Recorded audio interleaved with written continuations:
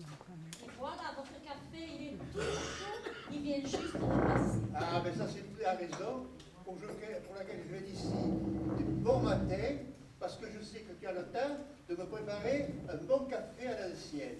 Oui, mais entre nous soit dit, ce café, c'est spécialement pour vous. Oui. Avec aussi pour moi. Vous permettez que je prenne place à votre table? Ah, mais tu vas pas me demander l'autorisation. Tu es ici chez toi.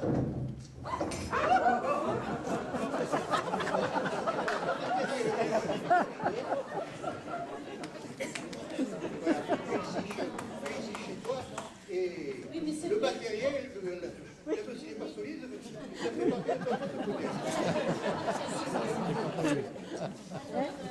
Je suis la propriétaire, mais vous, vous êtes mon locataire. Et comment ça?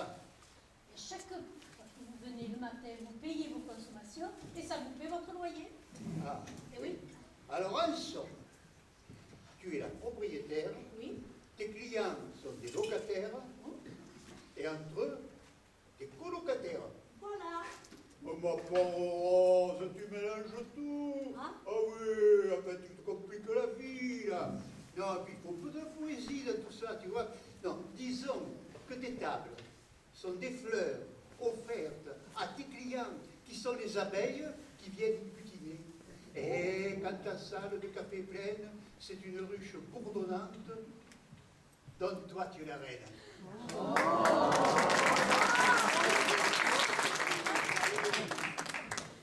Vous, au moins, ces arrêts, vous savez parler de femmes.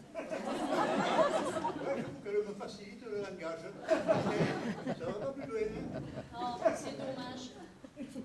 Ces arrêts.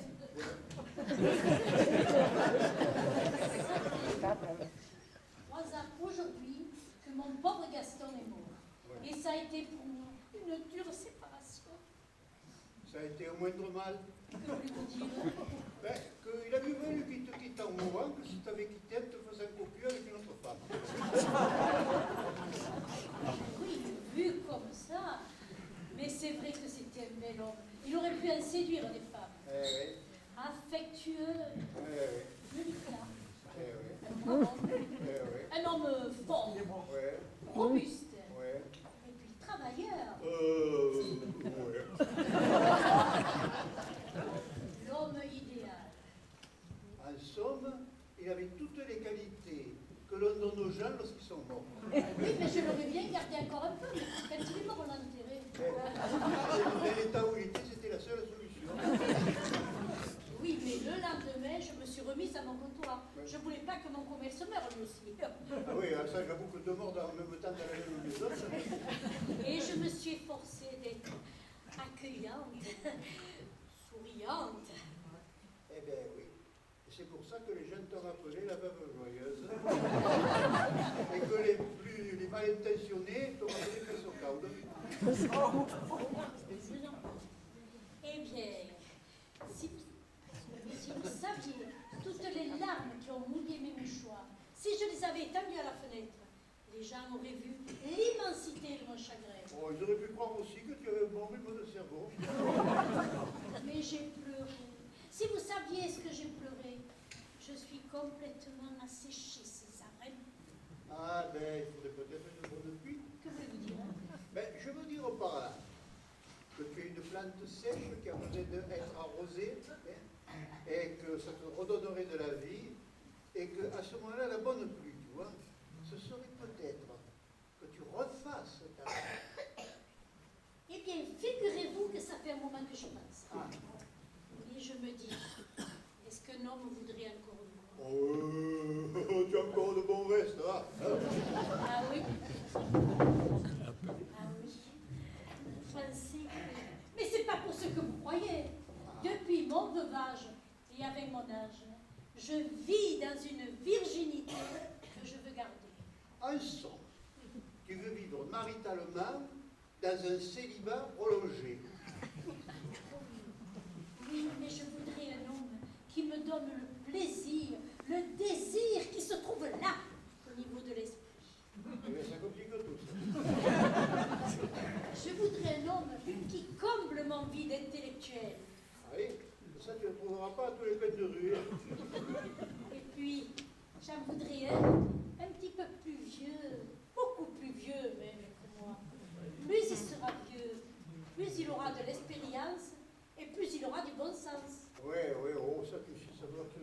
dire. Parce que, tu comprends, il y en a quand même qui naissent couillons. Ils vivent couillons. Ils vieillissent couillons. Et ils meurent couillons. Il y a aussi beaucoup de sagesse et tout. Ouais, comme les jambes d'un pantalon, l'un ne va pas sans l'autre.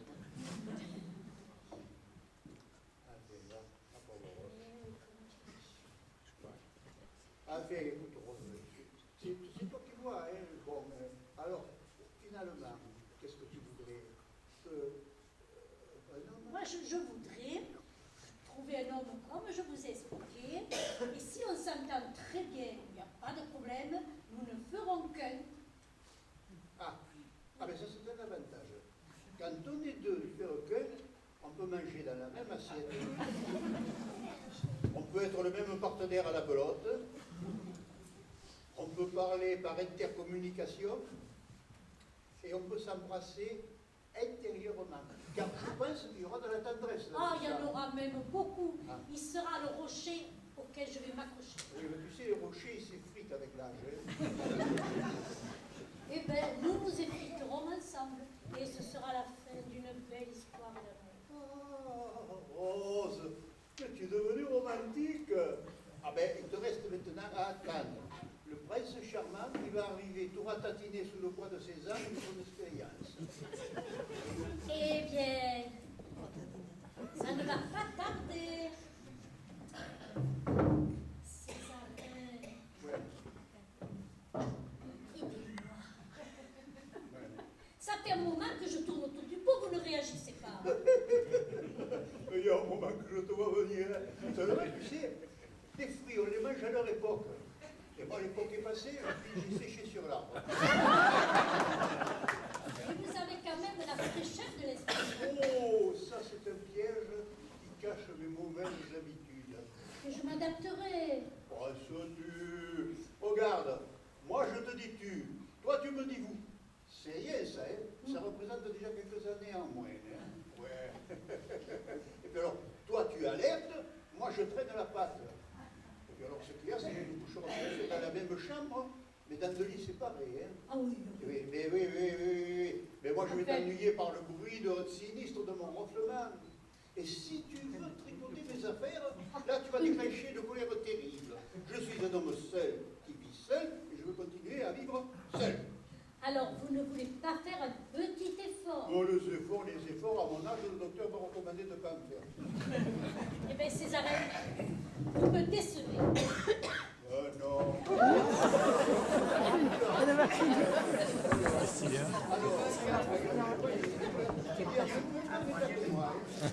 Alors, voyons. Oui, vous me décevez. Puisque vous me refusez. Vous ne voulez pas du tout. Donc, à qui vais-je pouvoir m'adresser? Au curé. Vous voulez que je drague le curé? Pas du tout, Rose, pas du tout. Tu vas le voir comme si tu allais chez le docteur. Le curé, c'est le docteur des âmes. Allez, Rose, je te quitte. Je suis quand même touché que tu aies pensé à moi. Je crois que pour ça, je vais quand même t'embrasser.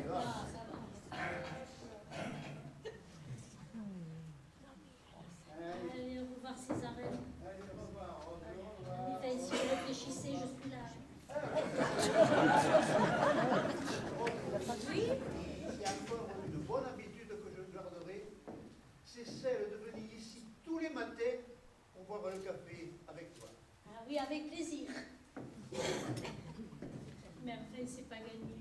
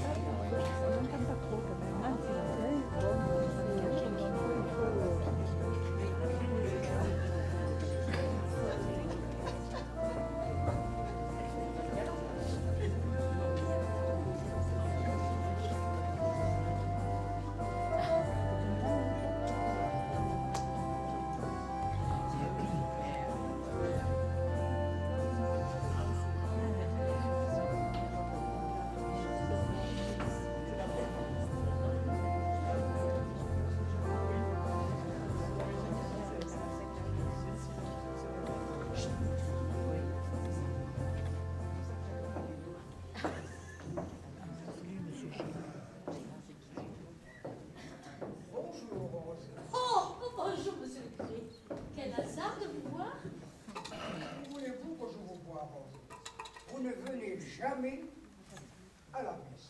Mais le dimanche, c'est le jour de la semaine où j'ai le plus de travail. Je suis bien placé pour le savoir. À la fin de la messe, le mot liturgique, c'est l'envoi. Et ça dirige vers vous une bonne partie de mes paroissiens. Asseyez-vous, monsieur le curé. Puis-je vous offrir un café? Ce n'est pas de refus.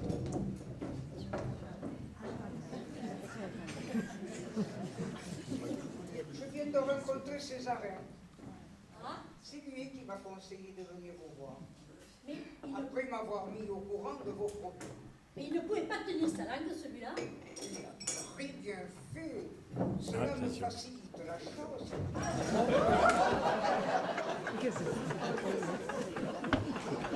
Comment bloquer le problème?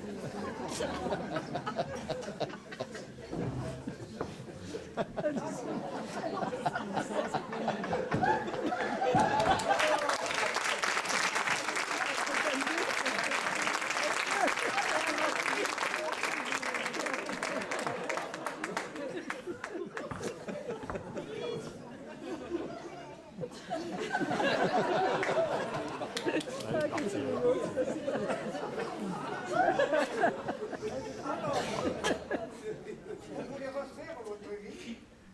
Oui, monsieur. Et évidemment refaire votre vie avec un homme, tout en gardant votre chasteté. Pour commencer par le commencement. C'est très difficile. Je vais vous le dire en 2 mots. Prenez votre temps.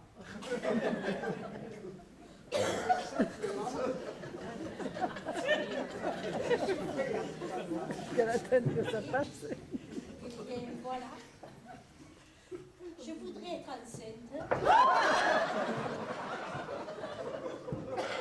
Écoutez votre chasteté. Mais vous ne m'avez pas laissé terminer ma phrase.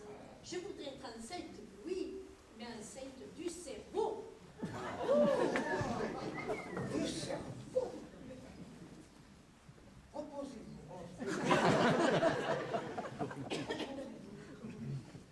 Le temps de reposer votre esprit qui a l'air perturbé et le temps que je signe. Mais c'est pourtant simple.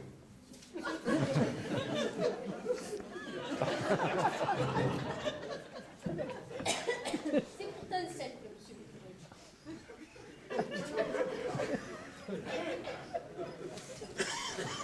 Le bois dans la salle, rempli de fumeux. Tous ces verres pleins de pastis alignés sur mon comptoir. Cette odeur, je ne la supporte plus. J'ai l'impression que ma cervelle n'est pas plus grosse qu'un pois chiche. Et alors? Et alors? Un plat. Et alors? Et alors? Je cherche le jardinier qui fera germer mon pois chiche.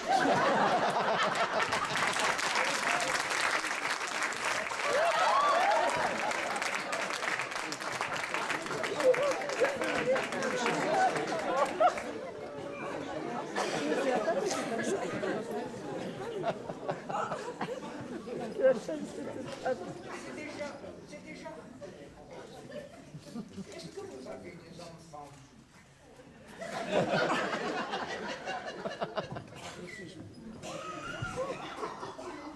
Et on n'a rien fait pour en avoir. On a toujours vécu tous les 3. Oui. Gaston, le commerce et moi. Le commerce prenait la place de votre enfant? Quelle erreur! Et bien sûr, vous n'avez pas de petits-enfants. Mais non. Et pourtant, je les aime, les petits. Le problème, Rose, ce n'est pas de refaire votre vie, mais c'est de changer de vie. Vous en êtes sûr? J'en suis certain. Pour se développer, le pois chiche a besoin d'un apport de terre vierge et fertile.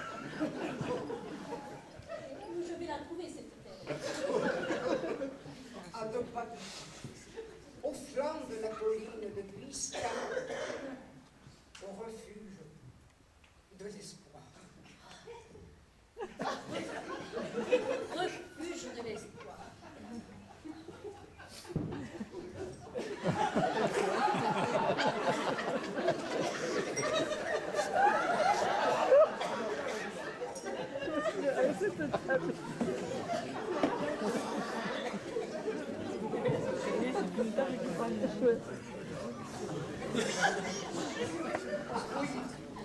Oui, c'est là que sont recueillis des enfants orphelins, abandonnés.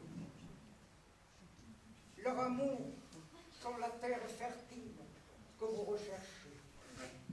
J'y suis passé hier au retour de Toronto.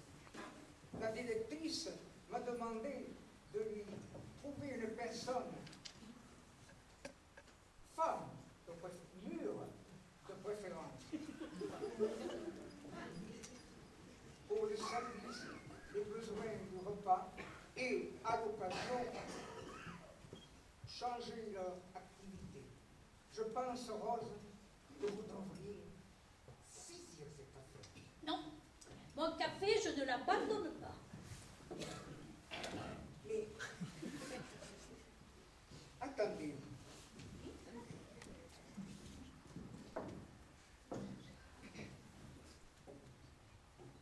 Une jeune fille est venue me voir hier. Elle m'était recommandée par le Toronto. Elle venait de finir un stage de serveuse dans une brasserie. Elle est compétente et Mais quel âge a-t-elle? une vingtaine d'années. Ouh là là, c'est un peu jeune pour être tenancière d'un bar, même si elle est compétente. Sous son apparence de gamine, j'ai constaté qu'elle avait une forte personnalité et qu'elle n'avait pas l'air de se laisser faire. S'il le faut, j'irai souvent au café, me rendre compte qu'on la respecte. Et ça va vous discréditer auprès de votre paroissienne. La mission d'un curé, ce n'est pas de rester enfermé dans son presbytère, ni dans son église. C'est aller à la rencontre des gens.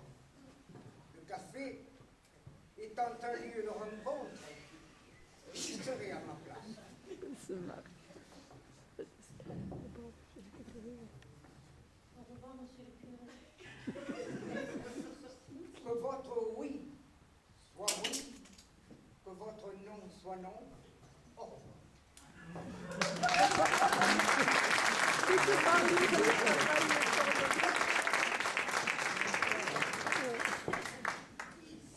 Eh bien, je crois que je vais dire oui, parce que ça va, je ne veux pas.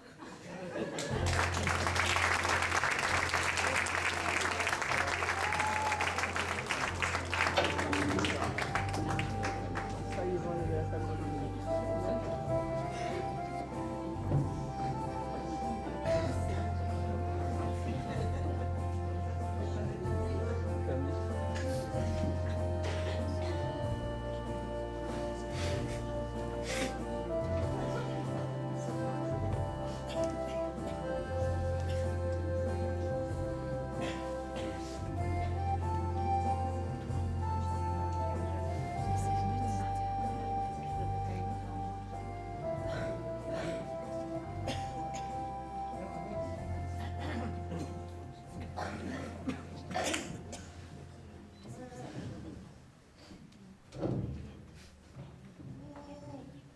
Bonjour petite.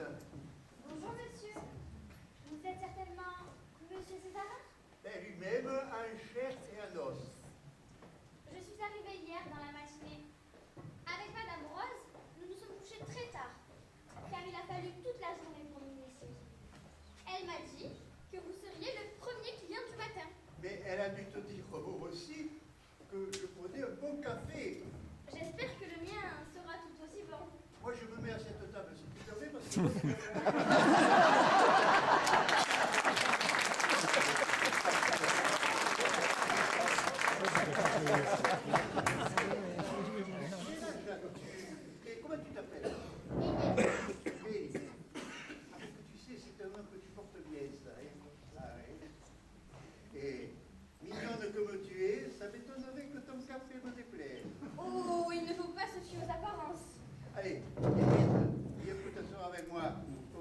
plus amplement connu.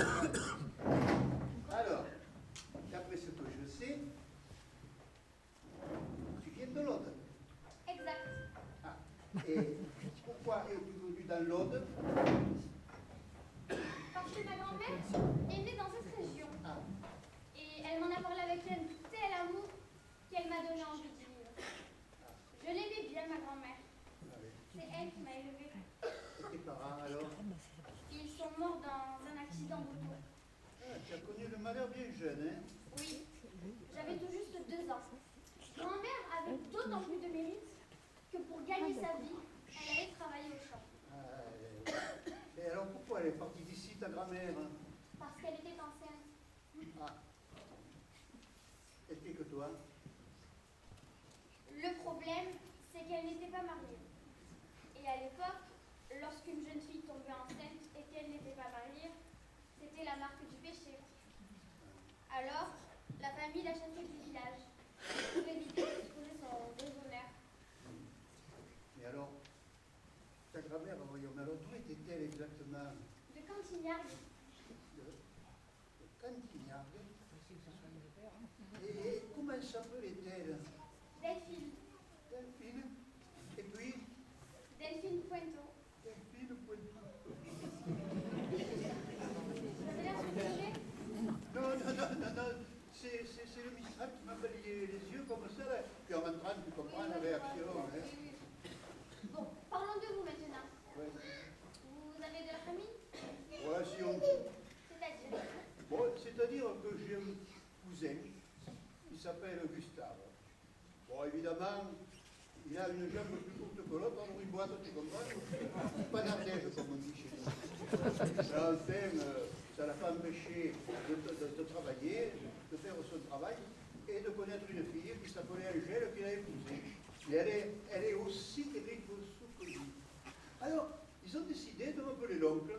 Oh, pas par sentiment, non, tout simplement, pour se rapprocher de l'héritage, tu comprends? Ils n'ont pas eu d'enfant. Peut-être ils n'ont pas pu en avoir. Ou alors, l'amour de l'argent a été plus fort que l'amour conjugal. En fait, Gustave tire de son père. Son père, toute sa vie, il a dit qu'il voulait vivre la terre avec de l'argent, Ouais. Et si bien qu'avant de mourir, il a dit au moins qu'on mette un billet de 500 francs dans la poche de son costume. Alors c'est ce qu'on a fait. Mais, quand je me suis trouvé seul dans la chambre mortuaire, j'ai retiré le billet de 500 francs. À la place, j'ai mis un chèque de la même somme libellé en son nom. Mais le billet, qu'en avez-vous fait? Ben, je l'ai donné au bureau d'aide sociale, ce qui fait que j'ai fait une bonne œuvre, tout en respectant les volontés du défunt. Et à sa place, vous avez fait un don que lui n'aurait jamais fait. Et voilà. Et puis alors, tu sais, ils viennent me voir de temps en temps, mais j'y tiens pas tant que ça. Hein. Non, j'y tiens pas tant que ça parce que Angèle, elle est là, elle respecte tout. Oh, l'oncle! Oh! Elle est belle quand même, votre maison. Vous savez, c'est une petite famille, ça se donne pas. Hein. Et quant à Gustave, il dit, l'oncle, quand le fermier aura terminé son bail, je la prendrai pour votre exploitation. Oh, ça m'énerve, ça me donne des idées dans la tête. Vous avez fait un mauvais coup. Non, les coups que je porte sont au travers des mots. Mais enfin, ils sont aussi incisifs que la pointe d'un canif.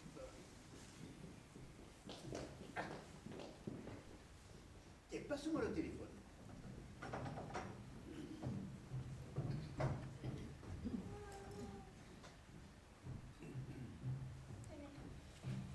Merci.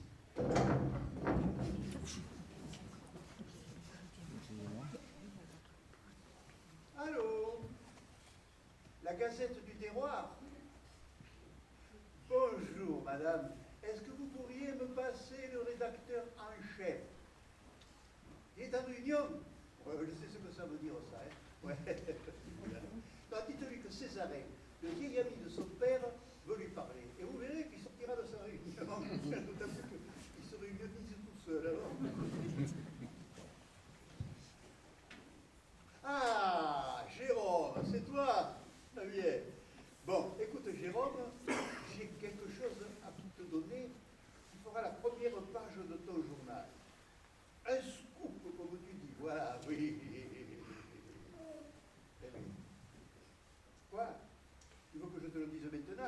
Non, non, d'abord, je ne suis pas seul et je ne suis pas chez moi. Non. Non. Ah, tu viendras demain chez moi avec ton appareil photo. Eh bien, c'est d'accord, allez, on va voir Jérôme à demain. Vous avez l'air content. Allez, il y a de quoi, hein. Allez, là. Et attends, j'ai pas de mon café. Et celui-là, je vous l'offre, parce que c'est le premier. Oh, que c'est gentil, que c'est gentil. C'est normal. Allez, va. Au revoir, petite. Au revoir, Papé Césarin. Ça ne vous dérange pas que je vous appelle Papé? Non, mais non, ça ne me dérange pas. Ça me va droit au cœur.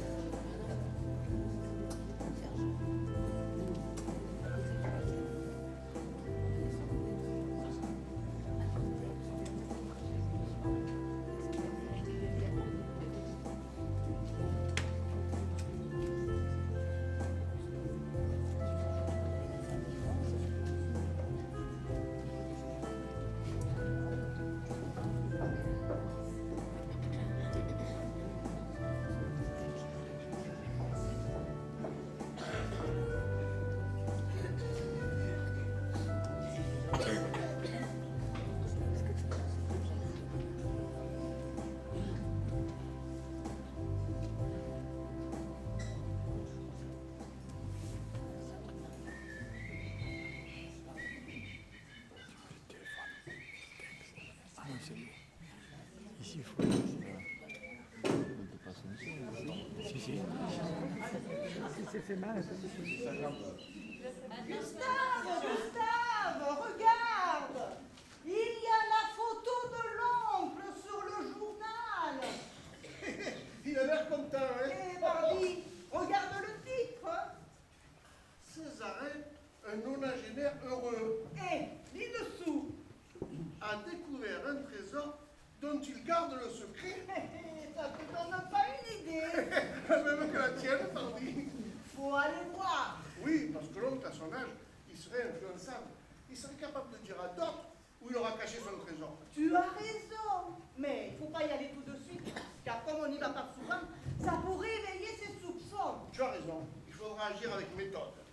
Ne jamais lui parler du trésor, mais le chercher à son insu, car il ne peut l'avoir caché que chez lui, Alors, quand partons-nous? en fin de semaine. C'est bien, comme ça on aura le temps de finir les pichouilles.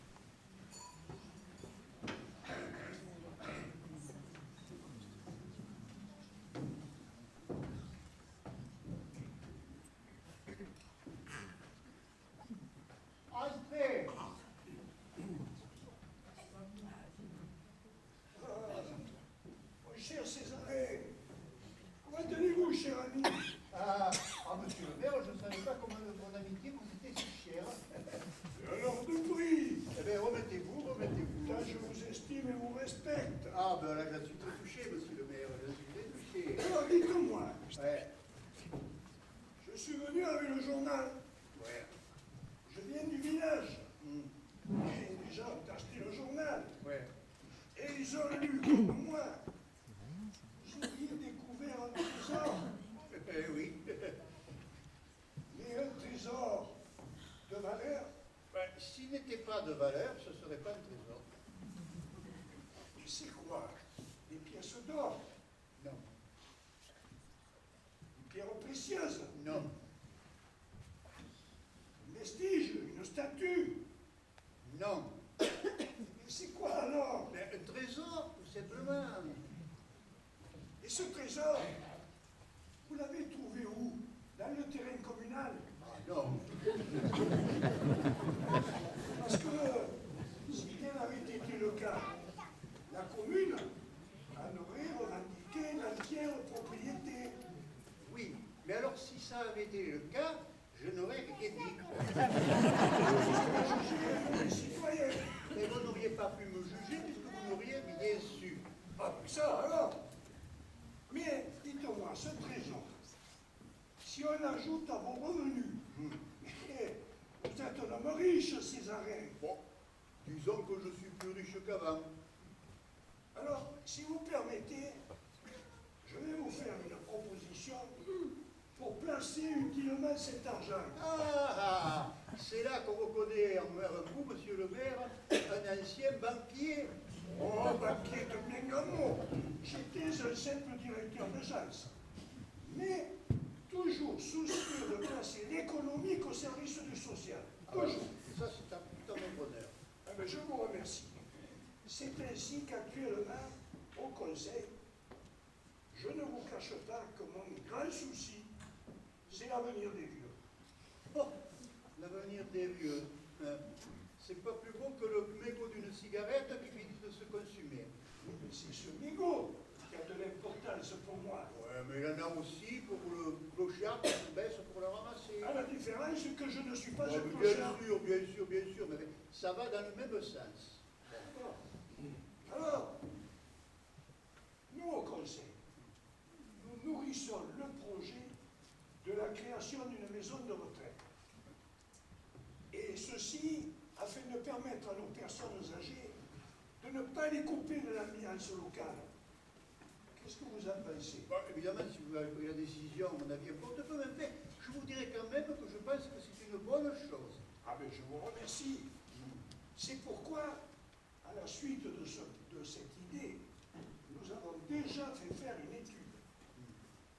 Mais une étude qui nous met devant un très lourd investissement. Ouais. Et ce, malgré les crédits et les subventions.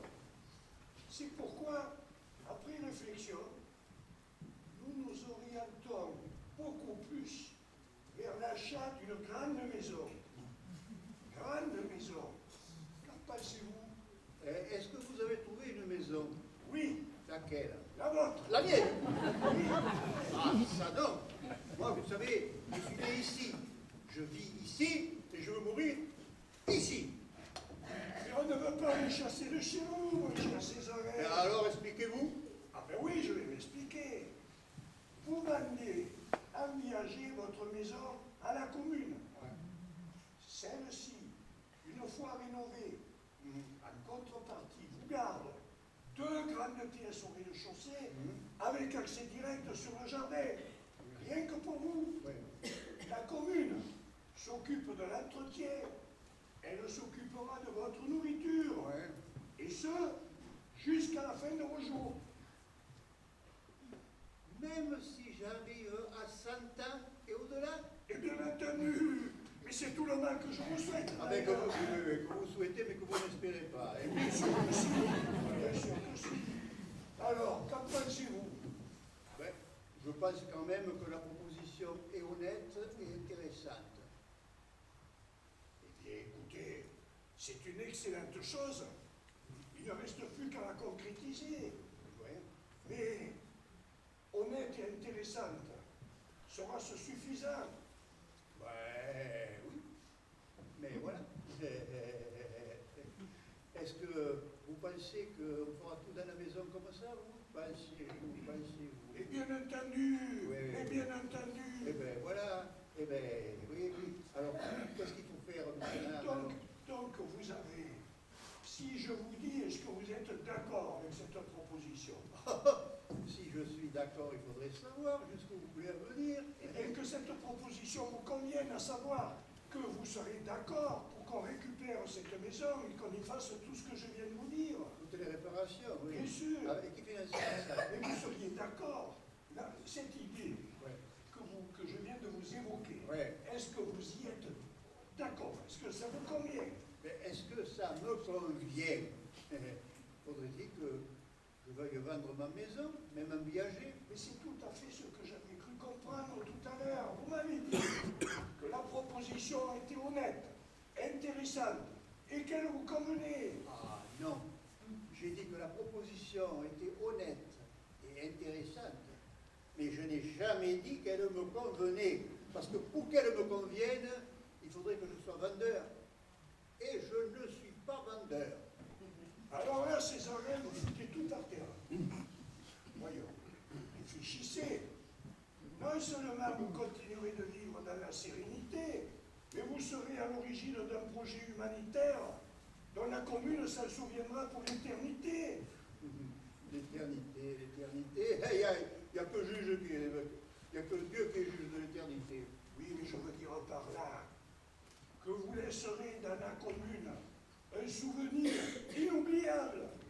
Un souvenir que nous rappellerons d'ailleurs, nous, à la commune, parce que nous donnerons votre nom à la place du village. Votre nom, nous l'inscrirons sur le fronton de la maison de retraite. Et la municipalité fleurira votre tombe tous les jours de la Toussaint. Ah. Mais vous avez beaucoup d'imagination, monsieur le maire. Seulement, vous savez, mon nom sur une plaque émaillée ou sur les murs d'une bâtisse, ça ne m'intéresse pas, je m'en moque. Vous voulez que j'investisse mon trésor dans votre maison? Mais le trésor, moi, je veux le garder. Je veux le garder avec moi et jusqu'à la fin de mes jours, car il ne peut se donner ni se partager. Donc, vous allez finir vos jours dans la solitude et avec un trésor inexploité. Ça, c'est mon problème. Et permettez-moi de vous dire que vous êtes mystérieux, Césarée. Ah oui, mystérieux. Mais réaliste. Alors, eh bien alors, au revoir. Au revoir, monsieur le maire, au revoir. Monsieur le maire, Oui, ma tombe, elle sera toujours fleurie le jour de Toussaint. encore un mystère.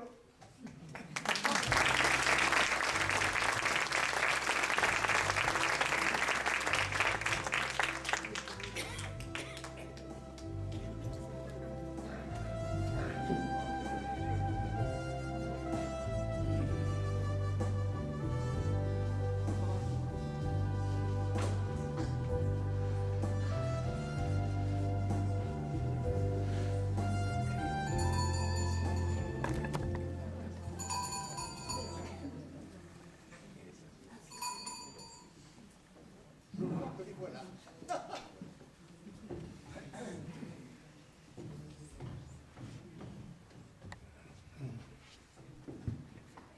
Entrez. Ah, et bonjour mon oncle. Quel plaisir de vous voir. Et bonjour, l'homme. Tu sais, il y a longtemps que vous voulez venir te voir avec Angèle. Mais une chose, l'autre, Et puis je comprends. Ah ben, écoutez, vu le prix de l'essence, les déplacements reviennent chers. Non, pour le peu de kilomètres qui nous séparent, nous n'allons pas regarder à la dépense. Et puis ce qui nous est le plus cher, c'est le plaisir de vous voir. Et ben, le plaisir de partager. souvent on se disait avec Angèle. Tu sais ce que devient l'homme? On le laisse venir tout seul dans cette grande Mais maison. je ne dis pas, Gustave. Ah, Ben, je suis déjà vieux. mais non! C'est ça de enlever les rides que tu as sur Non, disons plutôt que mon visage est comme une belle pomme qui a flétri à la cuisson. Ce serait plus crédible et plus honnête. Alors le mieux est de demander comment vous vous portez. Comment je me porte? Mais je me porte à merveille. Je vous enterrerai tous. Qu'est-ce qu'il y a? Oh, tu sais, les gens qui n'aiment pas qu'on parle de ces choses-là. L'idée de la mort, ça les ferait un point, tu ne peux pas t'imaginer. Mais ce qui m'effraie surtout, c'est que lorsque l'on meurt, on perd tout. Tout ce dont on a hérité. Tout ce que l'on a acquis à son grandissant. Un bien, c'est un tout. Et nous voulons le garder jusqu'à notre fin. Et vous ne vous êtes jamais posé la question à qui tout cela irait après votre mort? C'est vrai ça. À qui ça ira après? À moi? Non. Mais si, c'est possible. Oh non, Michel, tout bien important qu'il est. L'homme, il faut mourir à tout instant, tu sais. Soit d'un tuyau de PVC, soit d'une facture du myocarde, soit d'une olive qui l'aura avalé de travers. Ça peut arriver à tout le monde, ça, hein. Et fréquemment même. Ça ne pardonne pas. Ça, du jour au lendemain, pof, on peut tout y passer. Vous aussi, hein, d'ailleurs. Ah, vous savez, personne est à l'abri de ces choses-là. Mais nous, on n'est pas venus pour parler de ça. On est venus pour te voir. Eh bien, alors, regardons-nous. Quand il est encore temps, et vous asseoir. Oh, non. Enfin de belles paroles. Parler de la vie. Se regarder bien vivant. Et que, sans vouloir vous prolonger, l'on vous garde le plus longtemps possible. Et comme on ne vient pas souvent avec Angèle, on est venu passer quelques jours avec toi. Oh, pas pour vous embarrasser. Pour nous occuper de vous afin qu'il nous manque rien pour l'hiver. Par exemple, en rentrant, j'ai vu que tu avais des grosses bûches dans ta cour. Ben oui, c'est le fermier autrefois là, qui les a posées, oui. Et si tu veux, demain, je te les expliquerai. Ben tu ouais, peux rentrer dans ta cheminée. Et moi, l'autre jour, au marché, je vous ai acheté un beau pull en laine polaire. Les deux polaires. D'où est-il, du Groenland? Mais sûrement, parce qu'il n'est pas donné. Hein. Ben, je comprends entre le prix du transport et le bénéfice du vendeur. Hein. Et que si on y réfléchit bien, on y gagne souvent à aller acheter sur place. Et où ça? Ben, au Groenland, par exemple. Ah, je vous ai apporté de la pâte de coin avec des prunes. Ben, je vois que tu as le souci de l'équilibre de mon transit intestinal. Et 3 pots de confiture de gratte-cul. Oh, le gratte-cul, ça c'est apothéose, c'est la fête du transit. On a tué Bouffigue aussi. Vous avez tué Bouffigue? Oui. Et qui c'est Bouffigue? Et c'était notre cochon, bordel. Ah. Oh, il était gentil. On s'y était attaché. Mais on l'avait racheté pour le garder gentil. Hein. Oh ben non, il a fallu s'en séparer. Mais alors, il nous a rapporté. C'est pour ça que je t'ai amené de la ventresque, des fricandeaux, une part de jambon, 3 saucissons, et j'ai rajouté 2 bocals de pitchoubine et 2 litres d'huile d'olive. Eh ouais. Et vous avez porté tout ça dans votre petite voiture? Hein? On s'est esquiché, on a mis Bouffigue entre nous deux. Hein. Ah. Oui, avec manière de parler, hein. Ah oui, parce que même mort, on ne pouvait pas le rentrer entier dans la voiture. Ah ben, je comprends, il vous aurait fallu louer un fourgon mortuaire. Alors. Alors mon oncle, vous voyez comme on pense à vous. Oui. Eh bien, c'est vrai ça. Tout compte fait, cette fois vous marquez votre passage. Hein. Et puis alors, je ne puis que vous en remercier. Et puis vous m'offrez ça avec une telle générosité, un tel désintéressement, que ça me va droit au cœur. Mais, ne vous faites pas du souci, je vous revaudrai ça. Comme on dit, quand on n'a qu'un oncle, tu sais. Eh oui. Eh bien, écoutez, Angèle, je vais faire une chose. Vous allez faire votre lit dans la chambre à côté de la mienne. Tu trouveras des draps dans le tiroir de l'armoire de la chambre. Et si tu manques des couvertures, tu vas dans ma chambre et tu regardes, tu en trouveras dans l'armoire de ma chambre. Eh bien, c'est bien que notre chambre soit à côté de la vôtre. Comme ça, la nuit, si vous avez besoin de quoi que ce soit, n'hésitez pas. Eh ben. Réveillez-nous. C'est ce que je ferai. Allez, de ce pas, je vais régler quelques affaires. Tout d'abord passer au café. Et puis,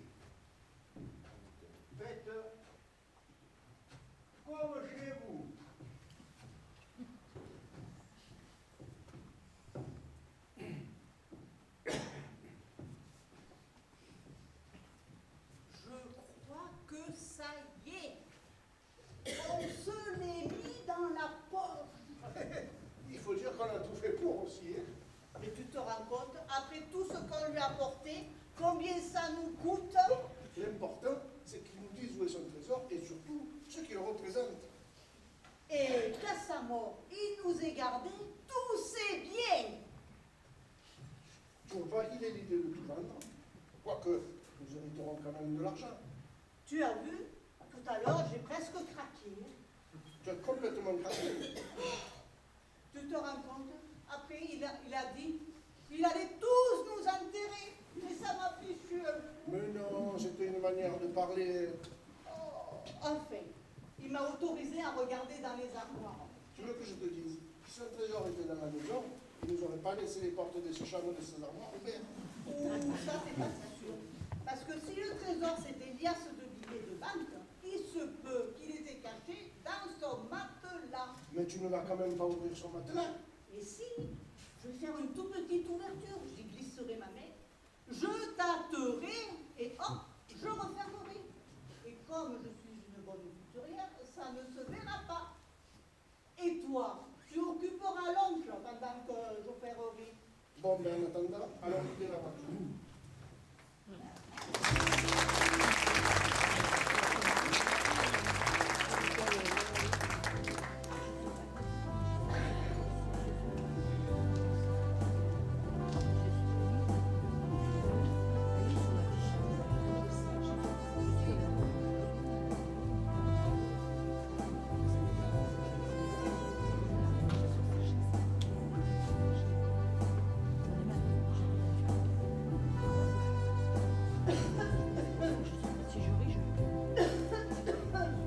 Qu'est-ce qui t'arrive? Tu as pas froid?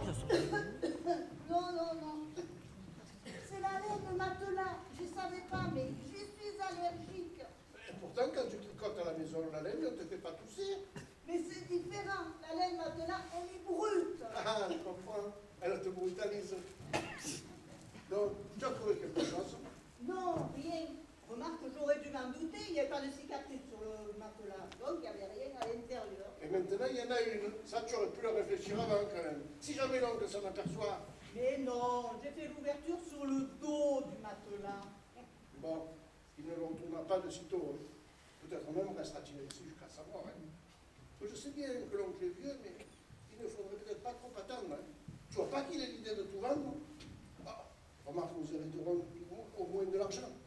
Bien entendu, nous sommes ses seuls héritiers. Oh, quoi que tu sais, il peut très bien avoir l'idée de tout donner à des bonnes œuvres ou à des associations. Hein. Je n'avais pas pensé à ça. Après tout ce qu'on a fait pour lui. Et combien ça nous coûte? Alors que chez nous, il y a tant à faire. Les confitures, Les saucissons, les fricandeaux. la frampresque des jambons. Et il n'y a qu'une seule solution. C'est de garder les pieds au chaud en venant le voir plus souvent. Oui, mais pendant ce temps, on ne sera pas chez nous pour assurer notre travail. On n'est pas obligé de venir ensemble tous les deux. Toi, tu fais les marchés pendant que je travaille. Moi, je peux venir pendant que tu fais les marchés. Et toi, pendant que je travaille. Ouh, mais tu sais que toi, t'es moins bête que ce que tu en as l'air. Oui, mais voilà, je ne conduis pas. Je devrais prendre le bus et ça va nous revenir cher. Et moi, si je viens tout seul en voiture, l'essence pour un seul, ça sera encore plus cher. La meilleure économie, c'est que quand ça sera ton tour, toi aussi tu prennes le bus. Et au fait, tu sais ce qu'il a fait aujourd'hui, l'oncle? Et ce matin, il a rangé le bois au fur et à mesure que je l'esclavais. Et à midi, tu as vu, à table, on a parlé de choses d'autres. Oui, mais l'après-midi, pendant que j'étais sur le matelas, J'ai vu qu'il partait au café. ouh, il va souvent au café. Hein. C'est une mauvaise habitude parce qu'on ne doit pas lui en faire un cadeau des consommations. Hein. Et après, Angèle, j'ai juste tapé du bois toute la matinée. Moi, je me suis allongé sur le banc et je me suis assoupi sur le platane. et tu ne l'as pas vu sortir. Et non. Et tu n'as pas vu où il allait. Mais enfin, où veux-tu qu'il aille? Là où est caché le trésor. Tu veux que je te dise? Son trésor, il est ici, enterré sous un arbre dans le jardin. Et pourquoi sous un arbre? Parce que l'arbre, c'est la marque, l'emplacement du trésor. Ah oui, ça c'est possible. Mais non, c'est pas possible, c'est sûr. Dans le jardin, il y a deux arbres, un noyer et un olivier. Mais nous commencerons par le noyer. Et si on ne trouve rien, on fouillera sous l'olivier. Et on ne fera ça que la nuit. Et être très prudent, parce que la fenêtre de la chambre de l'oncle donne sur le jardin. Et je prendrai la raclette. Moi, je prendrai la bêche parce que ça creuse plus profond et c'est silencieux. Je fouillerai la terre que tu auras remuée. Mais il fera nuit, on n'y verra rien. Mais non, en ce moment, c'est la pleine lune, et on profitera un peu des lumières de la rue. On commence cette nuit. Et plutôt on aura trouvé le trésor, plutôt on tournera chez nous. Hein. J'entends le portillon du jardin. C'est l'oncle.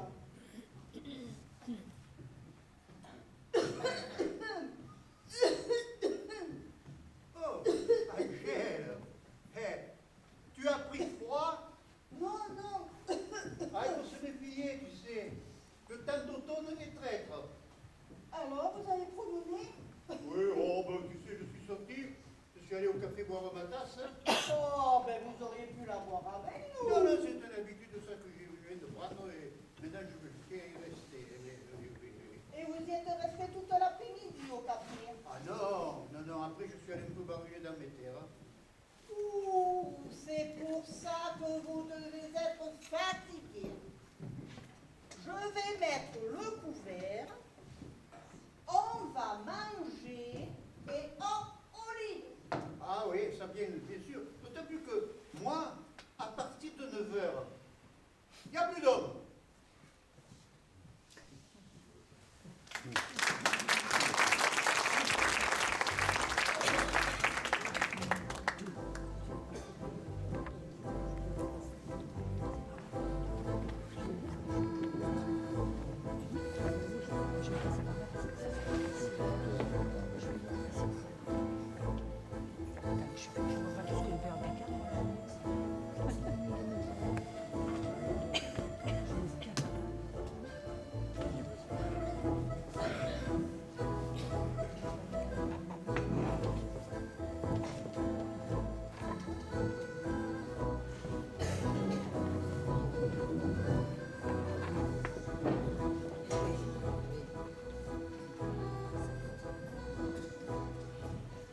Voilà, la nuit a été longue, le sommeil court. D'autant plus qu'on s'est fatigué pour rien. Mais il ne faut pas te décourager. Ce soir, on attaquera sous l'olivier. Et l'oncle, il est levé ce matin. J'ai entendu qu'il trafiquait tout à l'heure.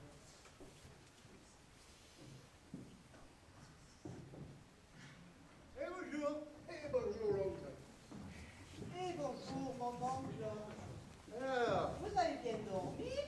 oh, j'ai bien dormi. C'est-à-dire, j'ai mis du temps, je m'étais bien endormi. Et voilà que le bout de laine de matelas est venu me frôler le bout du nez. Ça m'a réveillé. Eh oui. Ah, ce matelas. Il faudra que je le retourne. Non, non, non, non, ne vous en préoccupez pas. On le fera avec Gustave. Oh, il faut bien le retourner seul quand même, non? Non, non, non, non, ça paraît pas, mais un matelas, c'est lourd. Et l'oncle, pourquoi tu as pris ton fusil? Ah, pourquoi j'ai pris mon fusil? Ah bon. Que je vous explique. Comme j'ai été réveillé dans mon premier sommeil, j'ai entendu du bruit dans le jardin. Alors, j'ai regardé par la fenêtre, j'ai vu 2 ombres sous le noyer. Des chiens. Non, c'était pas des chiens, c'était des sangliers. La garrigue n'est pas loin, ils sont passés par-dessous la clôture et ils sont venus gratter le pied du noyer. D'ailleurs, ce matin, j'ai constaté, le pied était gratté. Et tu crois bien qu'ils reviendront? Ah, si le terrain leur plaît, les sangliers reviendront, et oui. Et alors, à ce moment-là, tiens, je n'aurai plus qu'à viser. Mais il fera nuit. Vous n'y voyez plus comme avant. T'es trompe-toi, Angèle. Moi, en vieillissant, j'y vois mieux la nuit que le jour. D'ailleurs, si cette nuit, j'avais eu le fusil, moi, quelqu'un, eh bien, figure-toi que j'aurais pas hésité, là. Et d'un bon coup comme ça, là. Bam! Bam! Et là, je les aurais pas manqués. D'ailleurs, dans les battues, j'en manquais aucun.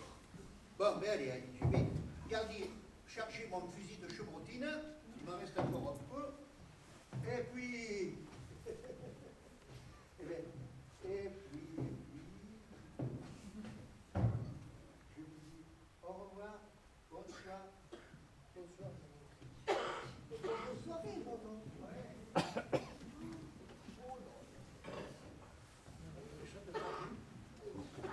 Je me sens pas bien. Hein. La fatigue de la nuit, le manque de sommeil, et maintenant cette émotion, oh, c'est trop pour moi. Je retourne me coucher. On ne pouvait pas s'occuper cette nuit. Ah non, C'est non, trop non. risqué. Ah oui, oui. Aujourd'hui, on va se reposer. Mais demain, j'attaque le grenier. Et moi, j'irai voir à la cave.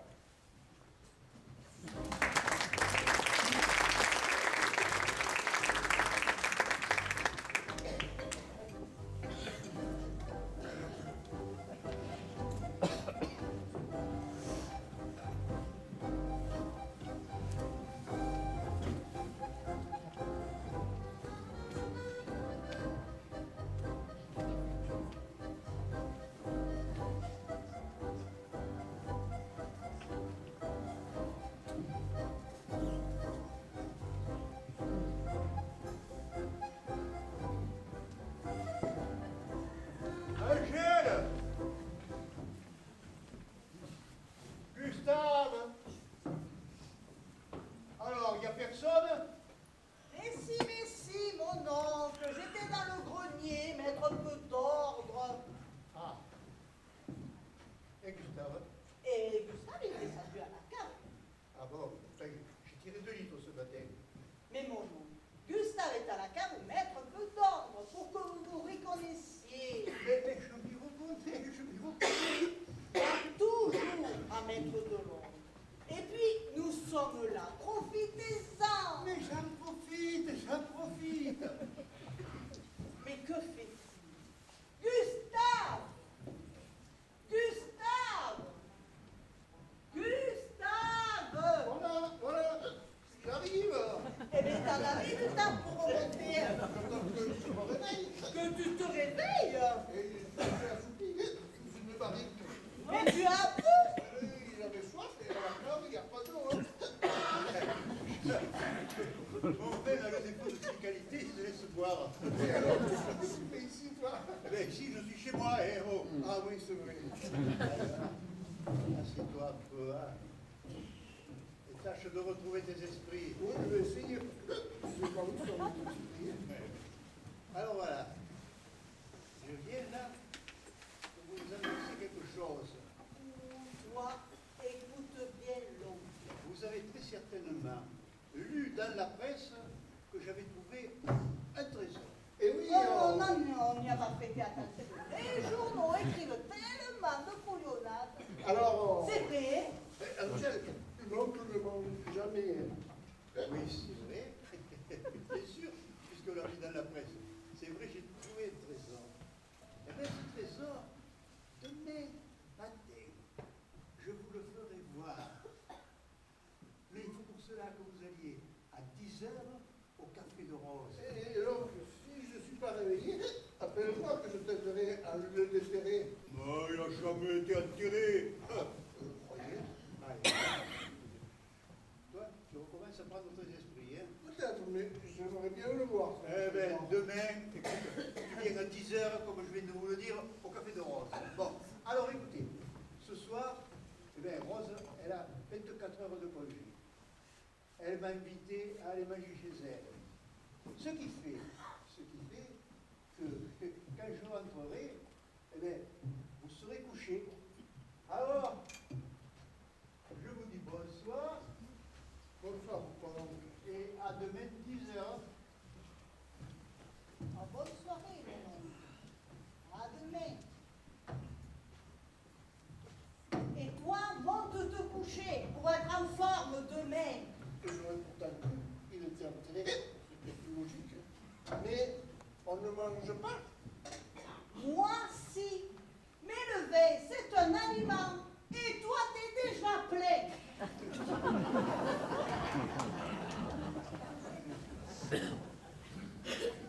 Enfin, nous ne serons pas venus pour rien.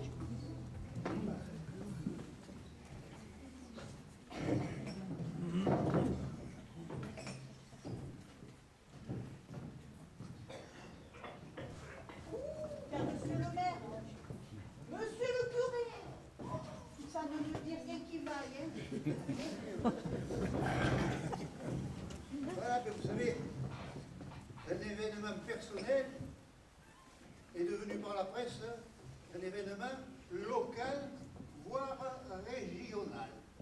C'est pour ça que j'ai voulu que cette rencontre se fasse en présence des autorités civiles et religieuses. Alors voilà, c'était la fin de la dernière guerre. Sur la place du village, il y avait grand bal car on fêtait la victoire. Les filles faisaient tapisserie autour de la piste pour qu'on vienne les inviter à danser. Et moi, j'en avais repéré une qui était un peu à l'écart. Et c'est vers elle que j'allais pour lui proposer qu'elle m'accorde cette danse. Elle se mit à rougir en me disant qu'elle ne savait pas danser. Et alors, je lui ai bien quand même précisé, je lui ai dit que si elle avait un peu de rythme dans le cerveau, si elle sait bien conduire, ce serait parfait. Et à la fin de la danse, elle était heureuse. Ça s'était passé comme jamais elle l'aurait espéré. Alors nous nous sommes assis sur un coin de banc et nous avons discuté. J'ai appris qu'elle s'appelait Delphine et qu'elle était de Cantignarde. Et ça a continué comme ça, jusqu'à la fin de la soirée, à tel point que, à la fin du bal, nous étions devenus complètement amoureux. Ah, cet amour, nous l'avons entretenu, à un point qu'il nous paraissait impossible de pouvoir vivre l'un séparé de l'autre. Le mariage était la seule solution. Oui, on y a pensé avec les filles. Seulement, voilà, moi j'étais issu d'une famille qui était bourrée de principes, fière de sa fortune, de son rang, et j'avais mal accueilli Delphine qui, elle, était la fille d'un ouvrier agricole. Quant à Delphine, elle se rendait bien compte d'une chose, que les pauvres, lorsqu'ils ne peuvent rien revendiquer comme propriété, ils revendiquent de l'honneur. Et l'honneur leur donne une certaine fierté, à tel point que le père de Delphine ne serait jamais allé proposer la main de sa fille à un riche. Alors, nous avons décidé de vivre ensemble. Oh, c'était un bien grand mot, vivre ensemble. Disons qu'on se voyait plus souvent, mais nos ébats étaient longs, soit dans la nature, soit sous un toit de ferme, sur un lit de paille ou de fouet. Vous étiez donc dans la tranquillité. Non, c'était un amour bohème, mais pur dans sa sincérité. Si telle était la vérité, la vérité pouvait être excusée. Alors, à ce moment-là, avec mon père, nous avions décidé de donner un autre élan à notre exploitation en élaborant un vin de qualité. Alors, on m'avait envoyé pendant une semaine, j'allais suivre des cours de d'œnologie. Et puis mon père pensa que tout compte fait, il fallait que je fasse un stage pratique. Et c'est là qu'il m'a envoyé chez un ami en Algérie, dans un vignoble de grande exploitation viticole. Ce stage devait durer un mois. C'était court et long. Parce que, avec Delphine, on se rendait compte que c'était déjà une première épreuve. Mais enfin, un mois vite passé, et puis de toute façon, moi j'avais trouvé à Delphine que je lui écrirais pour lui donner mon adresse, et ainsi de suite. Et c'est ce que je fis une fois rendu en Algérie. Alors, j'ai écrit à Delphine, elle ne m'a jamais répondu. Alors j'ai écrit une deuxième fois, elle ne m'a encore pas répondu, et ainsi de suite. Et alors là, j'ai commencé à m'inquiéter. Si bien que lorsque j'ai été de retour, je suis vite allé à Cantignargue, voir si elle y était, voir ce qui s'était passé. Et là, j'ai appris qu'elle avait disparu de la localité. Parce que, je ne sais pas, les gens posaient la question à son père, et son père disait « Oh, elle est partie bien loin, elle a trouvé du travail, et elle n'est pas prête de revenir. » Alors là, j'étais fou. Je me suis abruti au travail, me foutant ça a inquiété mes parents, ça a inquiété mon père aussi. Alors ils ont décidé de me changer les idées en me présentant des filles de bonnes conditions. Je les refusais toutes, parce que c'était Delphine qui était là. Et puis voilà, il n'y a pas très longtemps, que j'ai appris que Delphine était partie chasser par son père, par ses parents, parce que mon amour l'avait marqué au plus profond d'elle-même, je l'avais mise en scène. Alors, j'ai appris aussi qu'elle était partie et qu'elle avait été recueillie, qu'elle avait donné le jour à un beau garçon qui était mon fils. Ce beau garçon qui devait mourir bien des années plus tard dans un accident d'auto avec son épouse, lui laissant à la charge une fillette de 2 ans. Et j'ai compris aussi qu'en m'envoyant en Algérie, mon père avait voulu m'éloigner d'elle et il avait demandé aussi à ce qu'on intercepte tout notre courrier. Alors, comme ça, j'ai appris que Delphine était restée fidèle, qu'elle en avait goûté le fruit par ce fils que j'aurais voulu connaître et aimer. Toute cette histoire explique pourquoi vous êtes resté vieux garçon. Eh bien oui, vieux garçon, pour me procurer. Mais moi, ce sont les choses de la vie que j'ai accepté de rentrer dans les ordres. L'ordre. Moi, j'ai été victime de l'ordre établi par une morale sans joie, sans amour, toute repliée sur de vieux principes. Mais l'ordre établit à ses limites, et il ne doit jamais s'ingérer dans un sentiment personnel, d'ordre naturel. Eh bien, moi, ce que j'en pense, c'est que Delphine et Césarine, c'était vraiment le grand amour. Oui. Alors, mon oncle, maintenant, si votre histoire est terminée, vous pourriez nous montrer votre trésor. Eh bien, c'est ce que je vais faire, Angèle.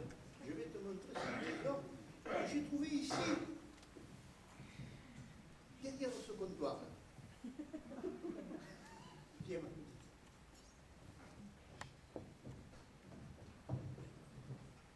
Voilà Eliette, la petite fille de Delphine. Et par voie de conséquence, c'est le trésor que j'ai trouvé, cette petite fille qui me tombe du ciel. Mais qui nous prouve que c'est votre petite fille. Cette Delphine, elle a pu connaître d'autres hommes. Grand-mère m'a toujours dit que j'étais le fruit d'un seul et même amour.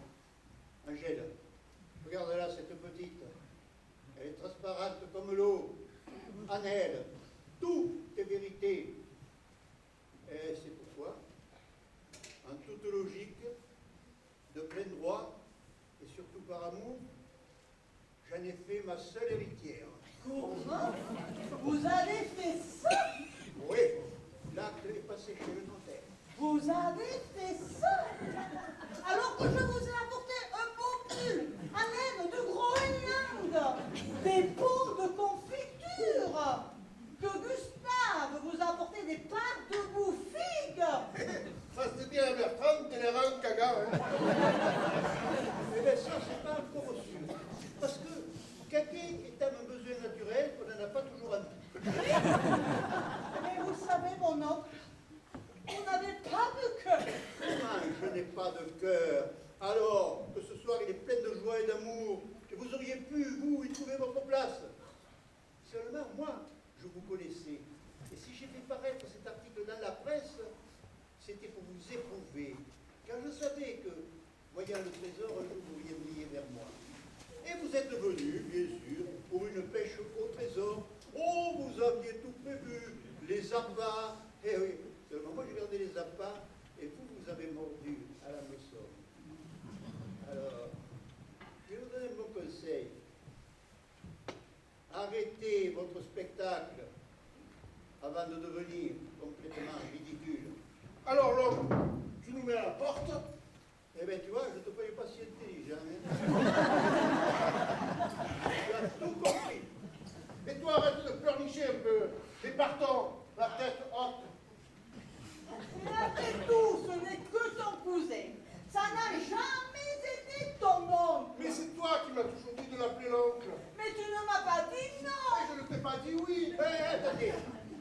En partant, il faudrait quand même que je vous remercie d'avoir gratté l'herbe là autour du noyer. C'est dommage, dommage. Vous n'ayez pas fait autant au pied de l'olivier. À force de vouloir régenter, on va prendre pour un couillon. Tout ça, c'est de ta faute. Allez, joue.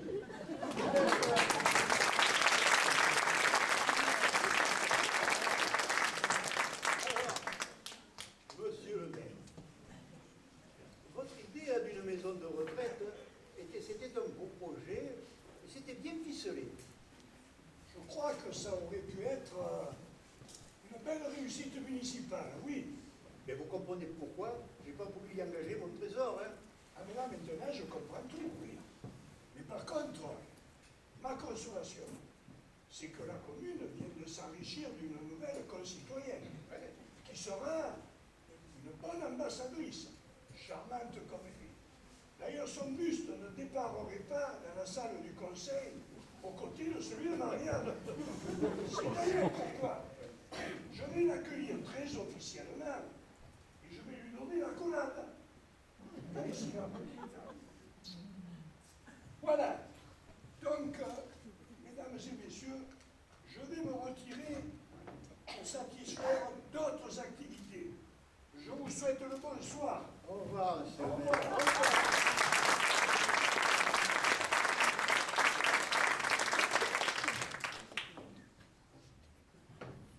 Moi aussi, je vous quitte pour aller voir mes cloches. Je vous rassure, ce ne sont pas mes paroissiens, mais les cloches de l'église pour voir si on a réparé leur sonnerie. Curé, vous n'avez rien demandé, mais vous avez donné.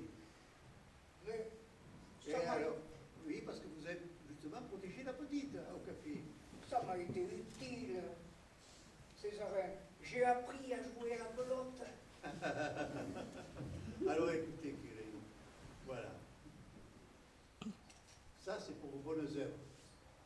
Que Dieu vous bénisse. Oh, Dieu, en ce moment, il a beaucoup de choses à faire. Hein. Alors ne l'ennuyons pas, attendons, prenons notre temps. Et quand le moment sera venu, eh bien, j'irai moi la chercher à domicile, sa bénédiction. Il se souviendra de vous, car il a bonne. Oh, bien sûr. Et moi,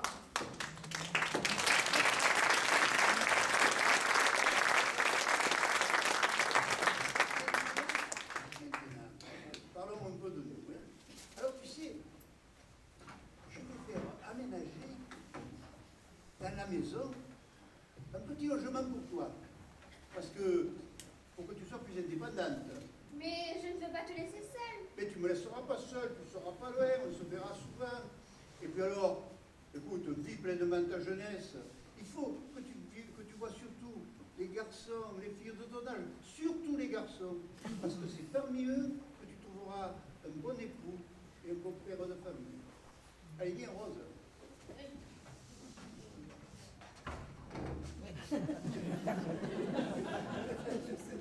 Alors écoute, Rose, voilà.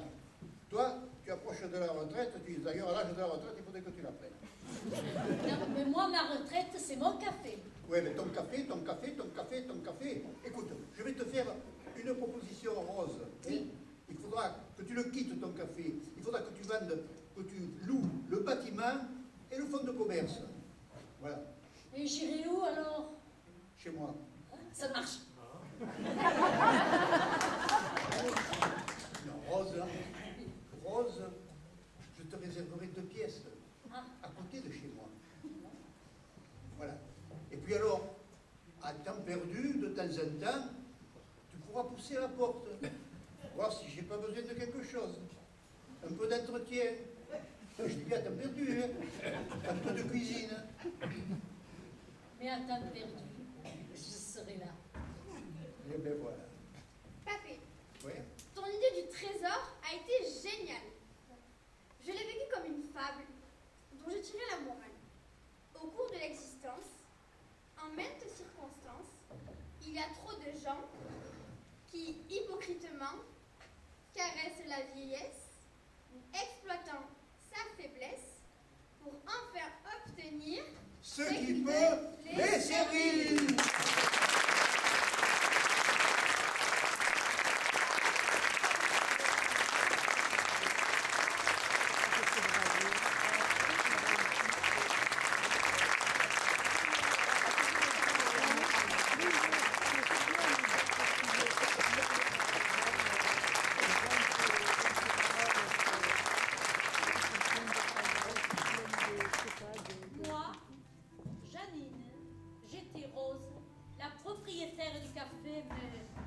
m'en suis lassée.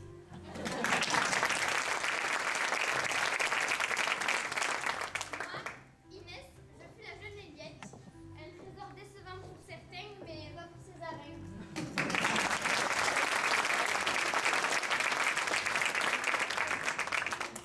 Moi, Pierre, curé, pour le besoin de la cause, j'étais le pilier du Café de Rose.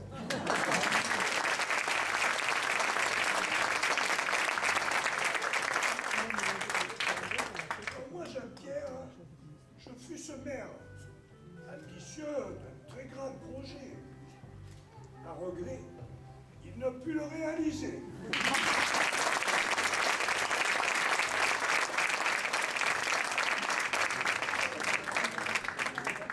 Moi, Serge, je fais Gustave le boiteux.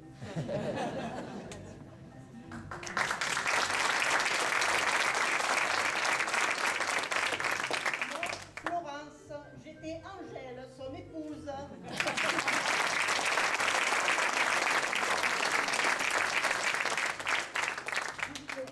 Détestable. Moi, je suis Louis, celui qui joue et qui écrit. Ah, j'ai été Césarin, sage et malin, mais ce rôle eut l'avantage d'être celui de mon âge.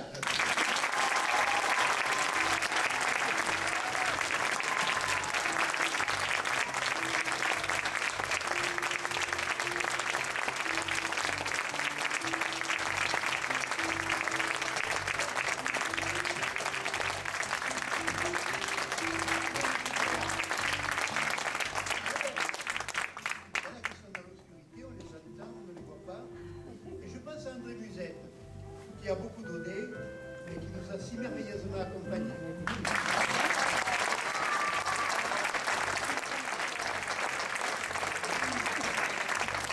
y a aussi Michel, qui a joué déjà et qui en même temps nous a fait l'éclairage.